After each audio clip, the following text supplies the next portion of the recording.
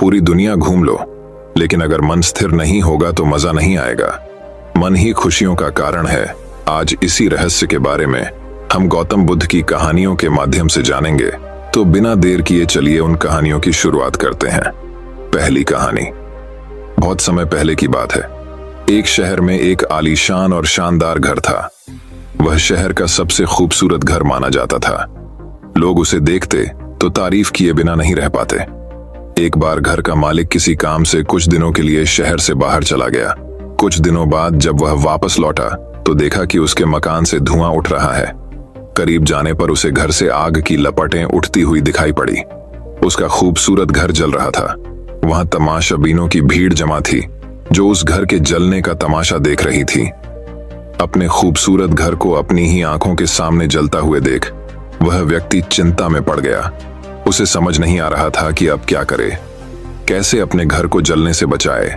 वह लोगों से मदद की गुहार लगाने लगा कि वे किसी भी तरह उसके घर को जलने से बचा लें। उसी समय उसका बड़ा बेटा वहां आया और बोला, पिताजी घबराइए मत, सब ठीक हो जाएगा। इस बात पर नाराज होता हुआ पिता बोला, कैसे न घबराऊं, मेरा इतना खूबसूरत घर जल रहा है। बेटे ने उत्तर दिया, पिताजी माफ कीजिएगा, एक बात मैं आपको अब तक बता नहीं पाया था। कुछ दिनों पहले मुझे इस घर के लिए एक बहुत बढ़िया खरीदार मिला था। उसने मेरे सामने मकान की कीमत की 3 गुनी रकम का प्रस्ताव रखा। सौदा इतना अच्छा था कि मैं इनकार नहीं कर पाया और मैंने आपको बिना बताए सौदा तय कर लिया। ये सुनकर पिता की जान में जान आई। उसने राहत की सांस ली और आराम से यूं खड़ा हो गया जैसे सब कुछ ठीक हो गया हो। अब वह भी अन्य लोगों की तरह तमाशाबीन बनकर उस घर को जलते हुए देखने लगा। तभी उसका दूसरा बेटा आया और बोला, पिताजी हमारा घर जल रहा है और आप हैं कि बड़े आराम से यहाँ खड़े होकर इसे जलता हुआ देख रहे हैं। आप कुछ करते क्यों नहीं? बेटा चिंता की बात नहीं है, तुम्हारे बड़े भाई ने ये घर बहुत अच्छे दाम पर बेच दिया है। अब ये हमारा नहीं रहा, इसलिए अब कोई फर्क नहीं पड़ता। पिता बोला, पिताजी भैया ने सौदा तो कर दिया था, लेकिन अब तक सौदा पक्का नहीं हुआ है। अभी हमें पैसे भी नहीं मिले हैं। अब बताइए इस जलते हुए घर के लिए कौन पैसे देगा? यह सुनकर पिता फिर से चिंतित हो गया और सोचने लगा कि कैसे आग की लपटों पर काबू पाया जाए। वह फिर से पास खड़े लोगों से मदद की गुहार लगाने लगा। तभी उसका तीसरा बेटा आया और बोला, पिताजी घबराने की सच में कोई बात नहीं है। मैं अभी उस आदमी से मिलकर आ रहा हूं जिससे बड़े भाई ने मकान का सौदा किया था। उसने कहा है कि मैं अपनी जुबान का पक्का हूं। मेरे आदर्श कहते हैं कि चाहे जो भी हो जाए अपनी जुबान पर कायम रहना चाहिए। इसलिए अब जो हो जाए, जबान दी है तो घर जरूर लूंगा और उसके पैसे भी दूंगा। पिता फिर से चिंता मुक्त हो गया और घर को जलते हुए देखने लगा। मित्रों, इस कहानी से हमें यह सीख मिलती है, एक ही परिस्थिति में व्यक्ति का व्यवहार भिन्न भिन्न हो सकता है और यह व्यवहार उसकी सोच के कारण होता है। उदाहरण के लिए जलते हुए घर के मालिक को ही लीजिए। घर तो वही था जो जल रहा था, लेकिन उसके मालिक की सोच में कई बार परिवर्तन आया और उस सोच के साथ उसका व्यवहार भी बदलता गया। असल में जब हम किसी चीज से जुड़ जाते हैं तो उसके छिन जाने पर या दूर जाने पर हमें दुहक होता है, लेकिन यदि हम किसी चीज को खुद से अलग कर देखते हैं तो एक अलग सी आजादी महसूस करते हैं और दुख हमें छूता तक नहीं है। इसलिए दुखी होना और ना होना पूर्णतः हमारी सोच और मानसिकता पर निर्भर करता है। सोच पर नियंत्रण रखकर या उसे सही दिशा देकर हम बहुत से दुखों और परेशानियों से न सिर्फ बच सकते हैं बल्कि जीवन में नई ऊंचाइयां भी प्राप्त कर सकते हैं। तो चलिए अब हमारे दूसरे कहानी की शुरुआत करते हैं। दोस्तों, दूसरी कहानी कुछ इस प्रकार है। बहुत समय पहले एक बड़े से राज्य में राजा ब्रह्मदत्त राज्य करता था। उसके पुत्र का नाम दुष्ट कुमार था। दुष्ट कुमार स्वभाव से बहुत कठोर और सर्प के समान भयंकर था। बिना गाली गलौज और बिना मारे पीटे वह किसी से बात तक नहीं करता था। अपने दुष्ट स्वभाव के कारण वह लोगों को बहुत अप्रिय था। आंख की किरकिरी के समान वह सबको खटकता। एक दिन की बात है, दुष्ट कुमार अपने नौकरों चाकरों के साथ नदी के किनारे खेलने गया। इतने में बड़े जोर से बादल घिर आए और सब जगह अंधेरा छा गया। दुष्ट कुमार ने नौकरों से कहा, सेवको चलो मुझे नदी के बीच ले चलकर नहलाओ। नौकरों ने सोचा, क्यों ना हम इस पापी को यहीं समाप्त कर दें, राजा हमारा क्या बिगाड़ लेगा। इस प्रकार आपस में सलाह कर उन्होंने उस मनहूस को नदी के बीच धार में डुबो दिया। घर लौटने पर जब राजकुमार के बारे में पूछा गया तो नौकरों ने कह दिया कि हमें मालूम नहीं वह कहाँ है। यह समाचार राजा के पास पहुंचा। उसने मंत्रियों से पूछा। मंत्रियों ने कहा, महाराज, हमने समझा कुमार नदी में नहाकर घर आ गए होंगे। राजा ने कुमार की खोज में चारों ओर आदमी दौड़ाए, किंतु उसका कहीं पता नहीं चला। उस दिन बहुत जोर की वर्षा हुई। दुष्ट कुमार के हाथ में नदी में बहता हुआ एक लक्कड़ पड़ गया। उस पर बैठा रोता चिल्लाता वह नदी में बहने लगा। उसी राज्य का एक धन्ना सेठ उस नदी किनारे हजारों सोने के सिक्के गाड़कर मरा था और धन के लोभ से अब सर्प बनकर वहां पैदा हुआ था। वर्षा के कारण सर्प के बिल में पानी भर गया और वह भी नदी की धार में बहने लगा। नदी में बहते हुए उसने इस लड़क को देखा और उसे पकड़कर वह उसके एक कोने में बैठ गया। इसी नदी के किनारे एक चूहा रहता था। यह चूहा भी पूर्व जन्म में वाराणसी का बड़ा सेठ था। उसने नदी के किनारे कई घड़े धन गाड़ कर रखा था और उसके लोभ से अब चूहा बनकर पैदा हुआ था। वर्षा के कारण चूहे के बिल में पानी भर गया और वह भी नदी में बहने लगा। यह चूहा भी उस बहते हुए लक्कड़ के किनारे जा बैठा।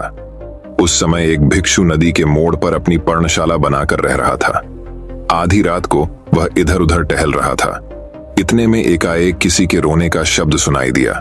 बाहर आकर देखा तो एक आदमी लक्कड़ पर बैठा नदी में बहा जा रहा है। भिक्षु ने सोचा, मेरे रहते हुए इसे अपने प्राणों से हाथ धोना पड़े, ये ठीक नहीं, अतएव नदी से निकालकर इसकी रक्षा करनी चाहिए। भिक्षु ने वहीं से चिल्लाकर कहा, डरो मत, डरो मत। और वह तेजी से पानी की धार को चीरता हुआ लक्कड़ के पास जा पहुंचा। लक्कड़ के सिरे को उसने जोर से पकड़ा और खींचकर नदी के किनारे ले आया। भिक्षु ने देखा कि लक्कड़ के ऊपर राजकुमार के अतिरिक्त एक सर्प, एक चूहा और एक तोता भी बैठे हुए हैं। उन्हें उठाकर वह अपनी कुटिया में ले आया। उसने आग जलाई और उनकी परिचर्या में लग गया। भोजन खिलाते समय भी भिक्षु ने सर्प आदि का ही अधिक ध्यान रखा। भिक्षु का यह आचरण राजकुमार को बहुत बुरा लगा। उसने सोचा, देखो इस पाखंडी को, मुझ जैसे राजकुमार का ध्यान न कर, यह पहले इनकी सेवा करता है। कुछ समय बाद चारों स्वस्थ हो गए तो उन्होंने अपने घर जाने की इच्छा प्रकट की। सबसे पहले सर्प ने उठकर भिक्षु को नमस्कार कर कहा, भंते, आपने मेरे ऊपर महान उपकार किया है। मैं आपका बहुत कृतज्ञ हूँ। आप मुझे दरिद्र न समझें। नदी के किनारे मेरा बड़ा खजाना गड़ा हुआ है। आपको यदि कभी धन की आवश्यकता हो तो आप उस स्थान पर जाकर दीर्घ कहकर पुकारें, मैं आपकी सेवा में उपस्थित हो जाऊंगा। इसके बाद चूहे ने उठकर कहा, भंते, आप नदी के किनारे उंदुर कहकर आवाज लगाई, मैं शीघ्र ही आपकी सेवा में उपस्थित होऊंगा। तत्पश्चात राजकुमार की बारी आई। राजकुमार ने मन ही मन सोचा, यह तपस्वी बड़ा पाखंडी है। जब यह मेरे घर आएगा तो मैं इसे जीवित न छोड़ूंगा। उसने कहा, भंते, मेरे राजा होने के बाद आप मेरे यहाँ अवश्य पधारें। मैं आपका बहुत सत्कार करूंगा। कुछ समय बाद भिक्षु ने सोचा, चलूं, इन सब की परीक्षा करूं और देखूं कौन कौन क्या करता है। सबसे पहले भिक्षु सांप के बिल के पास पहुंचा। आवाज सुनते ही सांप तुरंत बिल से निकलकर आया और कहने लगा, महाराज, मेरा सब धन स्वीकार कर कृतार्थ करें। भिक्षु यह कहकर चल पड़ा कि फिर कभी आऊंगा। चूहे ने भिक्षु के प्रति अपनी कृतज्ञता प्रकट की। भिक्षु ने उन्हें भी वही उत्तर दिया। कुछ समय बाद भिक्षा मांगते हुए उसने उस राज्य में प्रवेश किया जहां दुष्ट कुमार था। उस समय राजा अपने हाथी पर बैठकर बहुत से नौकर चाकरों के साथ नगर की प्रदक्षिणा कर रहा था। भिक्षु को दूर से आते हुए देखकर उसने सोचा, यह वही पाखंडी है जो मेरे घर मुफ्त में रहने और खाने के लिए आ रहा है। अतएव इसके कुछ मांगने के पहले ही इसका सिर कटवा देना चाहिए। राजा ने कर्मचारियों को संकेत करते हुए कहा, देखो, यह पाखंडी मुझसे कुछ मांगने आ रहा है। इस मनहूस को मेरे पास न आने दो। इसे पकड़कर इसके हाथ बांध लो और चौराहों पर पीटते हुए नगर के बाहर निकाल दो। इसके बाद सिर काटकर धड़ को सूली पर लटका दो। राजा की आज्ञा पाते ही कर्मचारियों ने भिक्षु को पकड़ लिया और मारने के लिए ले चले। भिक्षु सोचता हुआ जा रहा था, कुछ लोग ऐसे होते हैं जिनकी पानी से रक्षा करने की अपेक्षा लकड़ी के लट्ठे की रक्षा करना ही अच्छा है। इस कहानी से हमें ये शिक्षा मिलती है, महंत भिक्षु ने दुष्ट कुमार की जान बचाई और समय आने पर उस दुष्ट राजकुमार ने अपनी जान बचाने वाली की जान लेने की कोशिश की। दुष्ट प्रवृत्ति का व्यक्ति सर्प से अधिक खतरनाक होता है। जब कभी आपको चुनाव करना हो तो ध्यान रखें, एक दुष्ट व्यक्ति की सहायता करने से अच्छा है किसी सर्प की सहायता की जाए। कम से कम वह एहसानमंद तो होगा। तो दोस्तों चलिए अब तीसरी कहानी की शुरुआत करते हैं। तीसरी कहानी, भाग्य का लिखा कभी नहीं मिटता। किसी गांव में एक बहुत ही ज्ञानी पंडित रहता था। एक दिन वह अपने बचपन के दोस्त से मिलने के लिए दूसरे गांव में जा रहा था। उसका वह दोस्त बचपन से ही गूंगा और एक पैर से अपाहिज था। उस पंडित के गांव से उसके दोस्त का घर काफी दूर था। वहां जाने के लिए बीच बीच में कई सारे छोटे छोटे गांव पड़ते थे। पंडित रास्ते में अपनी धुन में चला जा रहा था। चलते चलते उसकी मुलाकात एक व्यक्ति से होती है। वह भी पंडित के साथ चलने लगता है। उस आदमी को देखकर पंडित बहुत खुश हो जाता है। उसने सोचा चलो अच्छा हुआ, साथ साथ चलने से उसका सफर आसानी से कट जाएगा। बात की शुरुआत करने के लिए उस पंडित ने उस व्यक्ति से उसका नाम पूछा तो उसने अपना नाम धर्मराज बताया। पंडित को यह नाम कुछ अजीब सा लगा, लेकिन उसने नाम के विषय में कुछ और पूछना उचित नहीं समझा। दोनों धीरे धीरे साथ में चल रहे थे। तभी रास्ते में एक गांव आता है। गांव का प्रवेश द्वार आते ही धर्मराज ने पंडित से कहा, तुम आगे चलो, मुझे इस गांव में एक काम है, मैं तुमसे आगे मिलता हूं। पंडित ने कहा ठीक है। वह आगे रिश्ते में चल देता है। कुछ देर बाद उस गांव में खबर फैली कि एक व्यक्ति को सांड ने अपनी सींग में फंसाकर मार दिया है। जैसे ही सांड ने उस व्यक्ति को मारा, ठीक कुछ ही देर में धर्मराज पंडित के पास आ गया। फिर दोनों चलना शुरू कर देते हैं और चलते चलते एक दूसरे गांव के द्वार पर पहुंच जाते हैं। उस गांव के बाहर एक बड़ा और विशाल मंदिर बना हुआ था।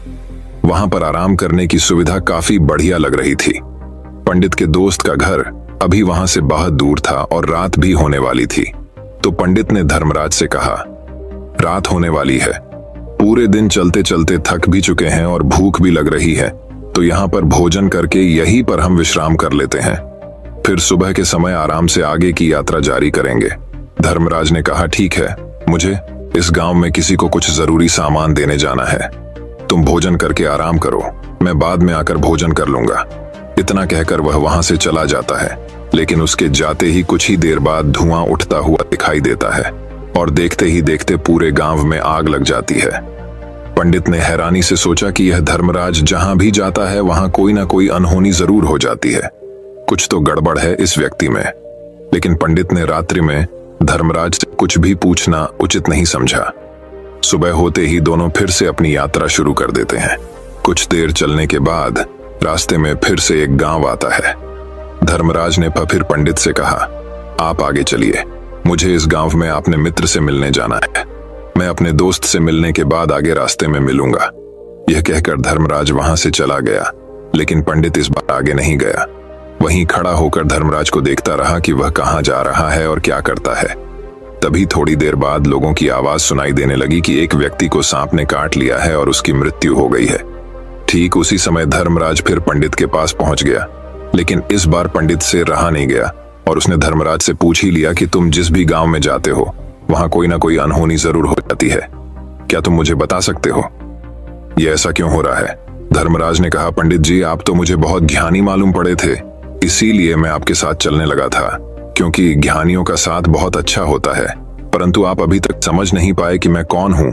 पंडित ने कहा, मैं समझ गया हूँ, लेकिन मुझे कुछ शंका है, अगर आप ही अपना उपयुक्त परिचय दे दें तो मेरे लिए आसानी होगी। तब धर्मराज ने जवाब दिया कि मैं यमदूत हैं और यमराज की आज्ञा से उन लोगों के प्राण हरण करता हूं जिनकी उम्र पूरी हो चुकी है। हालांकि पंडित को पहले से ही इस बात की आशंका थी, फिर भी धर्मराज के मुंह से ये बातें सुनकर वह घबरा गया, लेकिन वह हिम्मत करके पूछता है कि अगर तुम सच में यमदूत हो तो मुझे बताओ, अगली मृत्यु किसकी है?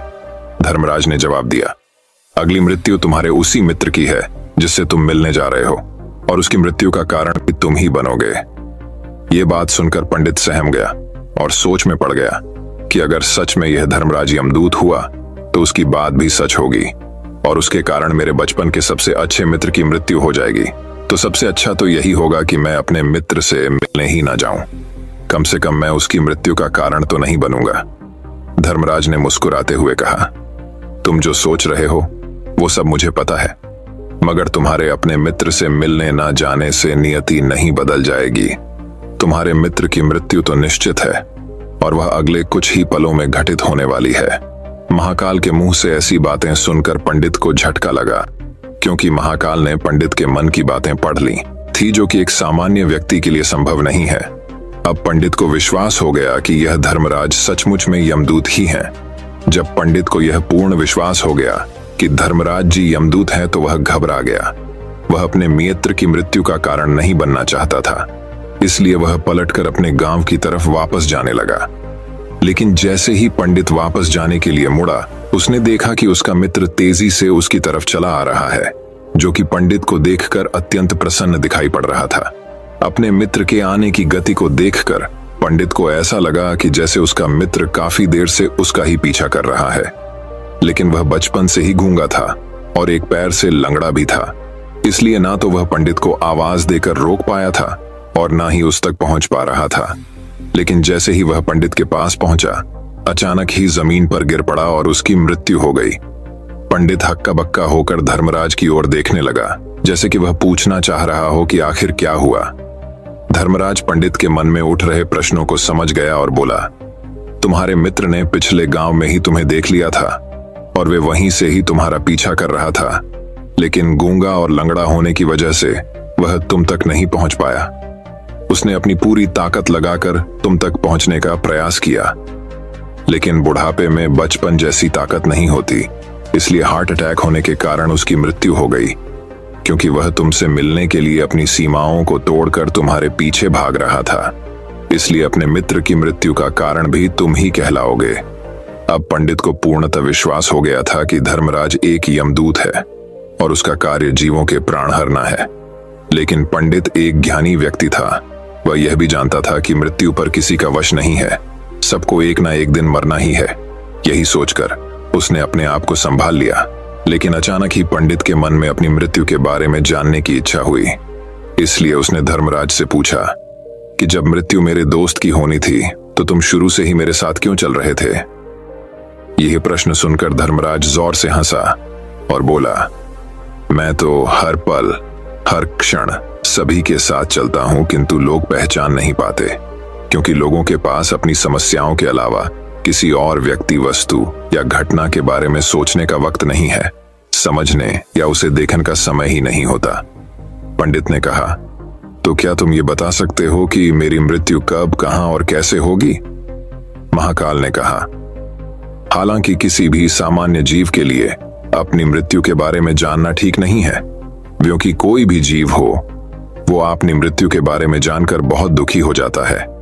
हालांकि तुम जानी व्यक्ति मालूम पड़ते हो और तुमने जिस तरीके से अपने मित्र की मृत्यु को सहन कर लिया है, उसे देखकर लगता है कि तुम अपनी मृत्यु के बारे में जानकर भी दुखी नहीं होंगे। तो तुम्हारी मृत्यु आज से ठीक 6 महीने बाद आज ही के दिन किसी दूसरे राज्य में फांसी लगने से होगी। और सबसे हैरानी की बात तो ये होगी कि तुम स्वयं ही खुशी से उस फांसी को स्वीकार कर लोगे। इतना कहकर धर्मराज वहां से चला गया, क्योंकि अब धर्मराज के पास पंडित के साथ चलते रहने का कोई कारण न था। इसके बाद पंडित ने अपने मित्र के शरीर का अंतिम संस्कार किया और यथाशक्ति उसके क्रियाकर्म करके अपने गांव वापस आ गया। लेकिन कोई व्यक्ति कितना भी ज्ञानी क्यों ना हो, अपनी मृत्यु के बारे में जानकर दुखी तो होता ही है और मृत्यु से बचने का कोई ना कोई उपाय भी खोजता है। तो पंडित ने भी वही किया, क्योंकि पंडित विद्वान था, इसलिए उसकी पहचान उस राज्य के राजा तक थी। पंडित ने सोचा कि राजा के पास तो कई सारे ज्ञानी मंत्री हैं, वो मेरी मृत्यु से संबंधित समस्या का कोई न कोई समाधान निकाल ही लेंगे। पंडित यही सब सोचता हुआ राज दरबार में पहुंच जाता है और राजा सारी घटना के बारे में बताता है। राजा ने अपने मंत्रियों को सारी समस्या बताई और उनसे सलाह मांगी। अंत में सभी ने विचार विमर्श करके कहा, अगर पंडित की बात सही है तो उसकी मृत्यु भी 6 महीने बाद ही होगी। लेकिन मृत्यु तो तब होगी जब वह किसी दूसरे राज्य में जाएगा। यदि वह किसी दूसरे राज्य में जाए ही ना तो मृत्यु ही नहीं होगी। मंत्रियों की यह सलाह राजा को भी सही लगी।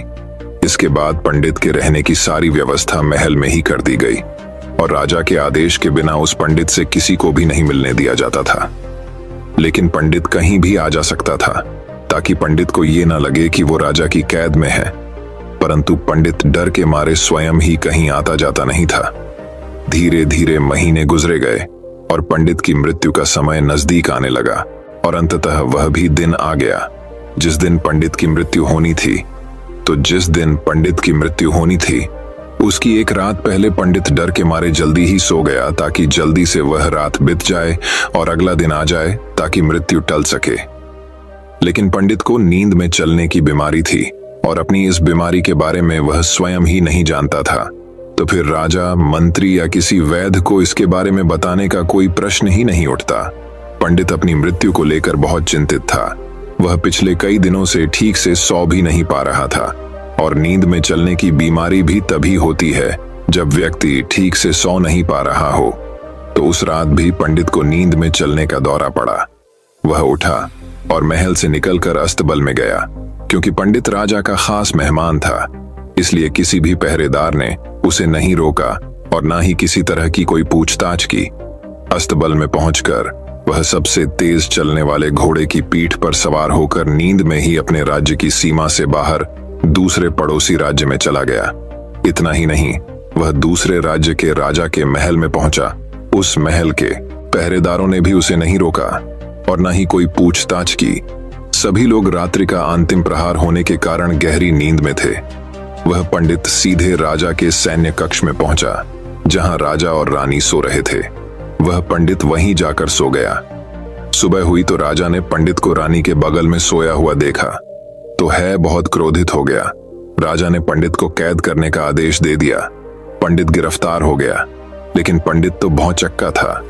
उसे तो कुछ समझ नहीं आ रहा था कि आखिर वह दूसरे राज्य में और राजा के सैन्य में कैसे पहुंचा। लेकिन वहां उसकी ये सब सुनने वाला कोई नहीं था। राजा ने पंडित को दरबार में पेश करने का आदेश दिया। कुछ देर बाद उस पंडित को दरबार में लाया गया। पंडित को देखते ही राजा इतना आग बबूला हो गया कि उसे फांसी पर चढ़ा देने का हुक्म सुना दिया। फांसी की सजा सुनकर पंडित कांप गया, लेकिन फिर भी थोड़ी सी हिम्मत जुटाकर राजा से बोला, महाराज, मैं नहीं जानता कि मैं राजमहल तक कैसे पहुंचा। मैं यह भी नहीं जानता हूं कि आपके सैन्य कक्ष तक मैं कैसे आया और आपके महल के किसी पहरेदार या सैनिक ने मुझे रोका क्यों नहीं। लेकिन मैं इतना जरूर जानता हूं कि आज मेरी मृत्यु होनी थी और वो होनी भी जा रही है। राजा को यह बात थोड़ी अजीब लगी। उसने पंडित से पूछा, तुम्हें कैसे पता कि आज तुम्हारी मृत्यु होनी है? राजा के इस प्रश्न के जवाब में पंडित ने पिछले 6 महीने की सारी घटना सुना दी। राजा को सुना दिया और बोला, महाराज, मेरा क्या, किसी भी सामान्य व्यक्ति में इतना साहस नहीं कि वह राजा के सैन्य कक्ष में राजा की उपस्थिति में रानी के साथ सो जाए। राजा को पंडित की बात में थोड़ा तर्क दिखाई पड़ा, परंतु उसने सोचा कि यह मृत्यु से बचने के लिए धर्मराज और उसके द्वारा अपनी मृत्यु की भविष्यवाणी की कहानी बना रहा है। इसलिए राजा ने पंडित से कहा, यदि तुम्हारी बात सत्य है और आज ये तुम्हारी मृत्यु का दिन है, जैसा कि यमदूत धर्मराज ने तुमसे कहा था, तो आज तुम्हारी मृत्यु का कारण मैं नहीं बनूंगा। लेकिन यदि तुम्हारी बात झूठी निकली तो निश्चित ही आज तुम्हारी मृत्यु का दिन होगा, क्योंकि जिस राज्य से पंडित आया था उस राज्य का राजा इस राजा का मित्र था। इसलिए इस राजा ने तुरंत अपने कुछ सैनिकों को पड़ोसी राजा के पास भेजकर पंडित की बात की सत्यता का प्रमाण मांगा। भेजे गए सैनिक शाम तक लौटे और उन्होंने राजा को बताया कि महाराज, पंडित जो कुछ भी कह रहा है वो सब सत्य है। पड़ोसी राज्य के राजा ने पिछले 6 महीने से पंडित के रहने की सारी व्यवस्था अपने ही महल में कर रखी थी। पंडित राजा का खास मेहमान था। कल शाम राजा आखिरी बार पंडित से उसके कक्ष में मिले थे और उसके बाद यह इस राज्य में कैसे पहुंच गया, इसकी जानकारी किसी को भी नहीं है। इसलिए उस राज्य के राजा के अनुसार पंडित को फांसी की सजा देना ठीक नहीं है। लेकिन राजा के सामने एक नई समस्या थी, क्योंकि उसने बिना पूरी बात जाने ही पंडित को फांसी की सजा सुना दी थी। इसलिए अगर पंडित को फांसी नहीं दी जाती तो राजा के वचन का अपमान हो जाएगा। लेकिन अगर राजा की बात का मान रखा जाए तो बेवजह ही एक निर्दोष व्यक्ति की मौत हो जाएगी। राजा ने अपने सभी मंत्रियों से इस बारे में सुझाव मांगा।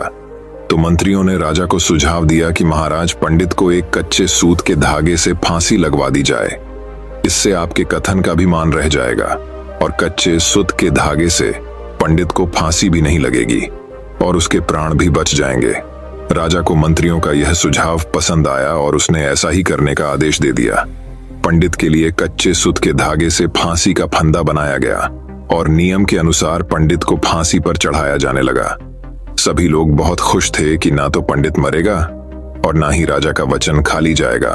पंडित को भी पूर्ण विश्वास था, ये सूत के धागे से तो उसकी मृत्यु हो ही नहीं सकती, इसलिए उसी पर चढ़ने के लिए तैयार हो गया। जैसा कि धर्मराज ने भविष्यवाणी की थी कि तुम खुद ही अपनी फांसी को स्वीकार करोगे।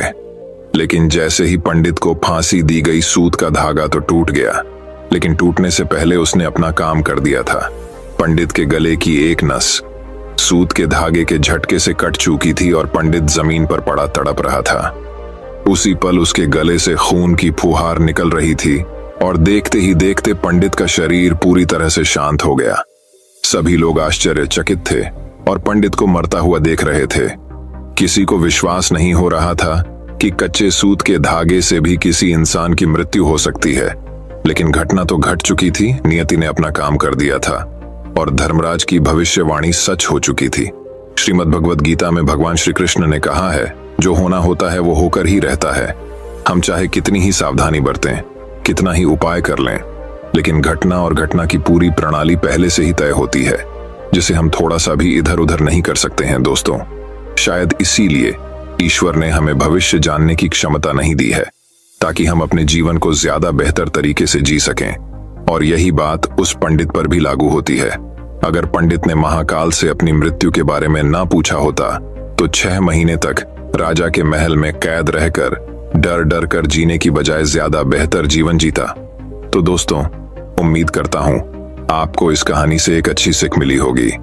ये कहानी आपको कैसी लगी हमें कमेंट बॉक्स में कमेंट करके जरूर बताएं। तो दोस्तों, चलिए अब चौथे कहानी की शुरुआत करते हैं। चौथी कहानी, एक व्यक्ति काफी समय से परेशान था, जिसके कारण वह बहुत चिड़चिड़ा और तनाव में रहने लगा। वह इस बात से परेशान था कि उसे घर का सारा खर्च उठाना पड़ रहा था। पूरे परिवार की जिम्मेदारी उसी पर है। उसके यहाँ कोई न कोई रिश्तेदार आता जाता रहता है। इन्हीं बातों को सोच सोच कर वह बहुत परेशान रहता था। इसी मानसिक तनाव के कारण वह अक्सर बच्चों को डांटते रहते हैं। उसका अपनी पत्नी से ज्यादातर किसी न किसी बात पर झगड़ा होता रहता था। एक दिन उसका बेटा उसके पास आया और बोला, पापा, मेरे स्कूल का होमवर्क करवा दो। वह व्यक्ति पहले से ही तनाव में था, इसलिए उसने अपने बेटे को डांटकर भगा दिया। लेकिन जब थोड़ी देर बाद उसका गुस्सा शांत हुआ तो वह बेटे के पास गया। उसने देखा कि बेटा सो रहा था और उसके हाथ में उसकी होमवर्क कॉपी थी। उसने कॉपी देखी और जैसे ही उसने कॉपी नीचे रखी, उसकी नजर होमवर्क के शीर्षक पर पड़ी। होमवर्क का शीर्षक वह था जो हमें पहले पसंद नहीं था, लेकिन बाद में वह अच्छा निकला। बच्चे को एक लिखना था। इस शीर्षक पर अनुच्छेद उसने क्या लिखा? जिज्ञासावश उसने बच्चे का लिखा पढ़ना शुरू किया। बच्चे ने लिखा, मैं अपनी अंतिम परीक्षा के लिए बहुत आभारी हूं, क्योंकि पहले तो ये अच्छा नहीं लगता, लेकिन उसके बाद स्कूल की छुट्टियां हो जाती हैं। इसके लिए मैं आपका बहुत बेहद धन्यवाद करता हूं। कड़वी दवाइयां जिनका स्वाद खराब होता है, क्योंकि शुरुआत में तो ये मुझे बहुत कड़वा लगता है, लेकिन बाद में ये मेरी बीमारी को ठीक कर देता है। मुझे सुबह जगाने के लिए मैं उस अलार्म घड़ी को धन्यवाद देता हूँ। वह हर सुबह मुझे बताता है कि मैं जीवित हूँ। मैं भगवान को भी धन्यवाद देता हूँ, जिन्होंने मुझे इतना अच्छा पिता दिया, क्योंकि शुरू में मुझे उनकी डांट बुरी लगती थी, लेकिन वह मेरे लिए खिलौने लाते थे, मुझे घुमाने ले जाते थे और अच्छी चीजें खिलाते थे। और मुझे खुशी है कि मेरे पास पिता हैं, क्योंकि मेरे दोस्त सोहन के पिता नहीं हैं। बच्चे का होमवर्क पढ़ने के बाद वह व्यक्ति उठा तो अचानक उसका मन बदल गया। बच्चे द्वारा लिखे गए शब्द उसके दिमाग में बार बार घूम रहे थे। खासकर उसकी आखिरी पंक्ति ने उसकी नींद उड़ा दी। फिर वह व्यक्ति चुपचाप बैठ गया और उसने उसकी परेशानियों के बारे में लिखना शुरू कर दिया। मुझे घर के सभी खर्चों का ध्यान रखना है। इसका मतलब है कि मेरे पास एक घर है और भगवान की कृपा से मैं उन लोगों से बेहतर स्थिति में हूं जिनके पास घर नहीं है। मुझे पूरे परिवार की जिम्मेदारी उठानी पड़ती है। इसका मतलब है कि मेरा एक परिवार, एक पत्नी और बच्चे हैं, और भगवान की कृपा से मैं उन लोगों से अधिक भाग्यशाली हूं जिनके पास परिवार नहीं है और वह दुनिया में बिल्कुल अकेले हैं। कोई न कोई दोस्त या रिश्तेदार मेरे घर आते रहते हैं। इसका मतलब है कि मेरी एक सामाजिक प्रतिष्ठा है और मेरे पास मेरे सुख दुख बांटने के लिए लोग हैं। ये सब विचार आते ही उसने हाथ जोड़ लिए, आकाश की ओर देखा और कहा, हे भगवान, बहुत बहुत धन्यवाद। मुझे खेद है कि मैं आपकी कृपा को नहीं पहचान सका। उसके बाद उसका मन एकदम बदल गया। उसकी सारी परेशानियां और चिंताएं मानो दूर हो गई। उसे अपने अंदर एक अजीब सी शांति महसूस हुई। वह दौड़कर अपने बेटे के पास गया और सोते हुए बेटे को अपनी बाहों में ले लिया और उसका माथा चूम लिया और अपने बेटे और भगवान को धन्यवाद देने लगे। हमारे जीवन में जो भी समस्याएं हैं, जब तक हम उन्हें नकारात्मक दृष्टि से देखते रहेंगे तब तक हम मुसीबत में रहेंगे। और जैसे ही हम उन चीजों को सकारात्मक दृष्टिकोण से देखना शुरू करते हैं, हमारा मन एकदम बदल जाएगा। हमारी सारी चिंताएं, सारी परेशानियां, सारे तनाव तुरंत खत्म हो जाएंगे और हम मुसीबत से बाहर निकलने के नए रास्ते देखना शुरू कर देंगे। किसी ने क्या सुंदर शब्द कहे हैं, जो लोग फूल देखना चाहते हैं उनके लिए हमेशा फूल होते। महाभारत के एक संवाद में मृत्यु के बाद सबसे बड़े दानवीर कर्ण की आत्मा ने भगवान कृष्ण से पूछा कि मेरी मां ने मुझे जन्म के समय छोड़ दिया था। क्या यह मेरा पाप था कि मैंने एक नाजायज संतान के रूप में जन्म लिया?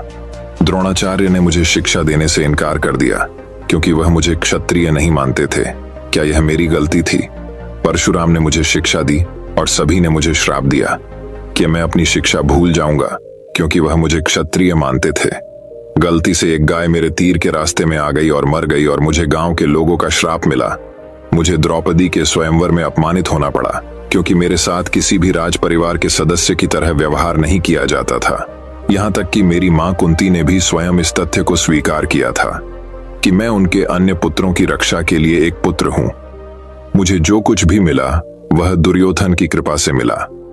तो क्या यह गलत है कि मैं दुर्योधन के प्रति अपनी वफादारी का ऋणी हूं? श्री कृष्ण मंद मुस्कान के साथ बोले, कर्ण, मैं पैदा होने से पहले जेल में पैदा हुआ था। मेरी मौत कंस मामा के रूप में मेरा इंतजार कर रही थी। जिस रात मैं पैदा हुआ उसी रात मैं अपने माता पिता से अलग हो गया था। तुम्हारा बचपन घोड़ों की हिनहिनाहट और धनुष बाणों वाले रथों की छाया में व्यतीत हुआ। मैंने बचपन में गायें चुराई और गोबर उठाया। जब मैं चल भी नहीं पाता था, मुझ पर कहीं कहीं जानलेवा हमले होते थे। न सेना, न शिक्षा, न गुरुकुल और न महल। मेरे मामा मुझे सबसे बड़ा शत्रु मानते थे। जब आप सबकी प्रशंसा होती थी आपकी बहादुरी के लिए, आपके शिक्षक और समाज से, उस समय मेरी शिक्षा भी नहीं हुई थी। बहुत समय बाद मुझे आर्षि सांदीपनि के आश्रम में जाने का अवसर मिला। कम से कम आपको अपनी पसंद की लड़की से शादी करने का मौका तो मिला। वो राधा भी न मिली जो मेरे प्राणों में बसती थी। मुझे इसे छोड़ना पड़ा। मुझे उन राजनीतिक कारणों से या उन महिलाओं के साथ कई शादियां करनी पड़ी जिन्हें मैंने राक्षसों से मुक्त कराया था। जरासंध के आतंक के कारण मुझे अपने परिवार को यमुना से एक सुदूर प्रांत में ले जाना पड़ा और उन्हें समुद्र के किनारे बसाना पड़ा। दुनिया ने मुझे कायर, धोखेबाज कहा। दुर्योधन जीत जाता तो जीत का श्रेय तुम्हें भी मिलता, लेकिन धर्मराज के युद्ध को जीतने का श्रेय अर्जुन को मिला। कौरवों ने अपनी हार के लिए मुझे जिम्मेदार माना। हे कर्ण, किसी का भी जीवन चुनौतियों से मुक्त नहीं है। हर किसी के जीवन में सब कुछ ठीक नहीं होता है। समस्या केवल यह है कि हर कोई अपनी समस्या को सबसे बड़ा मानता है। क्या सच है, क्या उचित है, यह हम अपनी आत्मा की आवाज से निर्धारित करते हैं। इससे कोई फर्क नहीं पड़ता कितनी बार हमारे साथ गलत व्यवहार किया जाता है। इससे कोई फर्क नहीं पड़ता कि कितनी बार हमारा अपमान किया जाता है। कोई फर्क नहीं पड़ता कि कितनी बार हमारे अधिकारों का हनन होता है। लेकिन फर्क सिर्फ इतना है कि हम उन सभी से कैसे निपटते हैं। जो लोग विपरीत परिस्थितियों में भी सकारात्मक सोचते हैं, उनके जीवन में कई परेशानियां कम हो जाती हैं।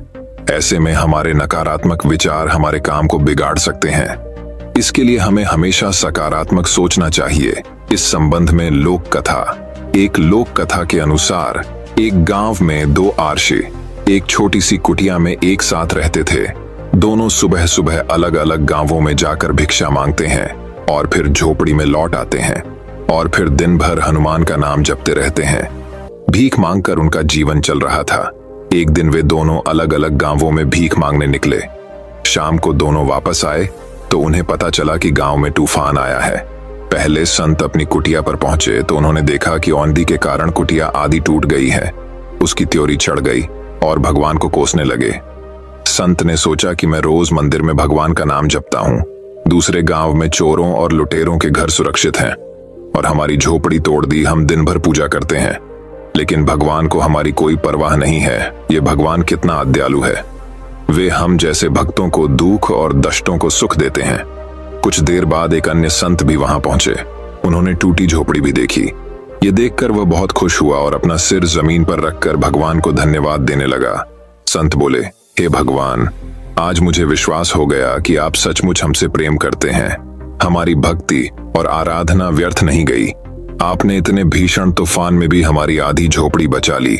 हम आपकी झोपड़ी में आराम कर सकते हैं। आज से मेरा विश्वास और अधिक बढ़ गया है। इस कहानी से यही शिक्षा मिलती है कि हमें हर स्थिति को सकारात्मक दृष्टिकोण से देखना चाहिए। नकारात्मक विचार मानसिक तनाव बढ़ाते हैं और हम अच्छी चीजें भी नहीं देख पाते। और सकारात्मक सोच की शक्ति दिखाने के लिए एक और कहानी सुनिए। एक शहर में एक अमीर व्यापारी रहता था। एक दिन वह व्यापारिक यात्रा पर गया। रास्ते में घना जंगल था जिसे पार करके उसे अपनी मंजिल तक पहुंचना था, लेकिन वह चलने में बहुत थक गया था। इसीलिए वह आराम करने के लिए एक पेड़ के नीचे बैठ गया। आराम करते समय उसे प्यास लगी, लेकिन वह पानी नहीं लाया। वह सोचने लगा कि मेरे पास कुछ पानी है ताकि मैं अपनी प्यास बुझा सकूं। जैसे ही उसने ऐसा सोचा, तभी एक चमत्कार हुआ और पानी से भरा एक घड़ा उसके सामने प्रकट हो गया। उसके बाद उसने पानी से अपनी प्यास बुझाई। कुछ देर बाद उसे भूख लग गई, लेकिन उसके पास खाना नहीं था। उसने खुद से कहा कि कितना अच्छा होगा अगर मुझे एक प्लेट में स्वादिष्ट भोजन मिल जाए तो मेरी भूख खत्म हो जाएगी। बात करते समय उसके साथ फिर से चमत्कार हुआ और विभिन्न व्यंजनों से भरी थाली सामने आ जाएगी। उसने पेट भर खाना खाया और फिर सो गया। उसने अपने मन से कहा कि मैं इस पथरीली जमीन पर कैसे सोऊंगा। काश कोई नरम बिस्तर होता। पलक झपकते ही एक आरामदायक बिस्तर उसके सामने आ गया। वह उस बिस्तर पर लेट गया। उसे ऐसा महसूस हो रहा था जैसे वह स्वर्ग में है, जहां उसकी सभी इच्छाएं एक के बाद एक पूरी हो रही हैं। वह इस बात से अनजान था कि जिस पेड़ के नीचे वह लेटा है वह कोई साधारण पेड़ नहीं, बल्कि एक कल्पित वृक्ष है जो सभी इच्छाओं को पूरा करने की शक्ति रखता है। बिस्तर पर लेटे लेटे अचानक उसके मन में एक विचार आया। यह जंगल कई तरह के जंगली जानवरों से भरा होगा जो किसी भी वक्त वहां हो सकते हैं। ऐसे में वह अपनी रक्षा भी नहीं कर पाएंगे। जैसे ही यह विचार उसके मन में आया, अचानक से एक खूंखार शेर वहां आ गया। वह शेर को अपने सामने देखकर पूरी तरह से भयभीत हो गया कि वह बच भी नहीं सका। शेर ने उस पर हमला किया और उसे मारकर खा गया। इस प्रकार एक नकारात्मक विचार ने उसकी जान ले ली। इसीलिए कहा जाता है कि मनुष्य अपने विचारों से प्रभावित होता है। सकारात्मक विचार हमेशा सकारात्मक परिणाम देते हैं, इसलिए हमेशा सकारात्मक सोच रखें।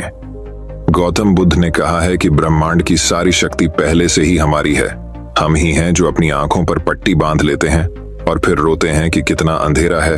और जहां तक खुशी की बात है, तो ये कोई खुशी नहीं है, बल्कि ये हमारे अपने कार्यों से आता है। तो दोस्तों, चलिए अब 5वें कहानी की शुरुआत करते हैं। 5वीं कहानी, गौतम बुद्ध से सीखें खुद को। एक बार गौतम बुद्ध एक शहर में प्रवास कर रहे थे। उनके साथ कुछ शिष्य भी थे। एक दिन उनके शिष्य शहर में घूमने के लिए निकले। वे शहर में घूम ही रहे थे कि तभी शहर के कुछ लोगों ने उन्हें अपशब्द कहे। उनके बुरे शब्दों को सुनकर शिष्यों को बहुत बुरा लगा और वे वापस लौट गए। बुद्ध ने देखा कि शहर से लौटकर आए उनके सभी शिष्य बहुत क्रोध में दिखाई दे रहे हैं। उन्होंने शिष्यों से पूछा, क्या बात है, आप इतने तनाव में क्यों हैं? तभी एक शिष्य क्रोध में बोला, हमें यहां से तुरंत चलना चाहिए। जब हम बाहर शहर में घूमने गए थे तो यहाँ के लोगों ने बिना वजह हमें बहुत बुरा भला कहा। जिस जगह हमारा सम्मान नहीं हो वहां हमें नहीं रहना चाहिए। बुद्ध ने कहा, क्या किसी और जगह तुम अच्छे व्यवहार की अपेक्षा रखते हो? दूसरे शिष्य ने कहा, इस शहर से तो अच्छे लोग ही होंगे। तब गौतम बुद्ध बोले, किसी जगह को सिर्फ इसलिए छोड़ देना ठीक नहीं कि वहां के लोग बुरा व्यवहार करते हैं। हमें तो कुछ ऐसा करना चाहिए कि जिस स्थान पर भी जाएं, उस स्थान को तब तक नहीं छोड़े जब तक अपनी अच्छाइयों से वहां के लोगों को सुधार न दे। हम जिस भी स्थान पर जाएं, वहां के लोगों का कुछ न कुछ भला करके ही वापस लौटें। बुद्ध ने कहा, जिस प्रकार युद्ध में बढ़ता हुआ हाथी चारों तरफ के तीर सहते हुए भी आगे बढ़ता जाता है, ठीक उसी तरह उत्तम व्यक्ति भी दूसरों के अपशब्दों को सहते हुए अच्छे कार्य करता रहता है। खुद को वश में करने वाले प्राणी से उत्तम कोई और नहीं हो सकता। बुद्ध की बात शिष्यों को अच्छी तरह से समझ में आ गई और उन्होंने वहां से जाने का इरादा त्याग दिया। तो दोस्तों, चलिए अब छठी कहानी की शुरुआत करते हैं। छठी कहानी, मोची का लालच। किसी गांव में एक धनी सेठ रहता था। उसके बंगले के पास एक जूते सिलने वाले गरीब मोची की छोटी सी दुकान थी। उस मोची की एक खास आदत थी कि जो जब भी जूते सिलता तो भगवान के भजन गुनगुनाता रहता था। लेकिन सेठ ने कभी उसके भजनों की तरफ ध्यान नहीं दिया। एक दिन सेठ व्यापार के सिलसिले में विदेश गया और घर लौटते वक्त उसकी तबीयत बहुत खराब हो गई। लेकिन पैसे की कोई कमी तो थी नहीं, सो देश विदेशों से डॉक्टर, वैद्य, हकीमों को बुलाया गया, लेकिन कोई भी सेठ की बीमारी का इलाज नहीं कर सका।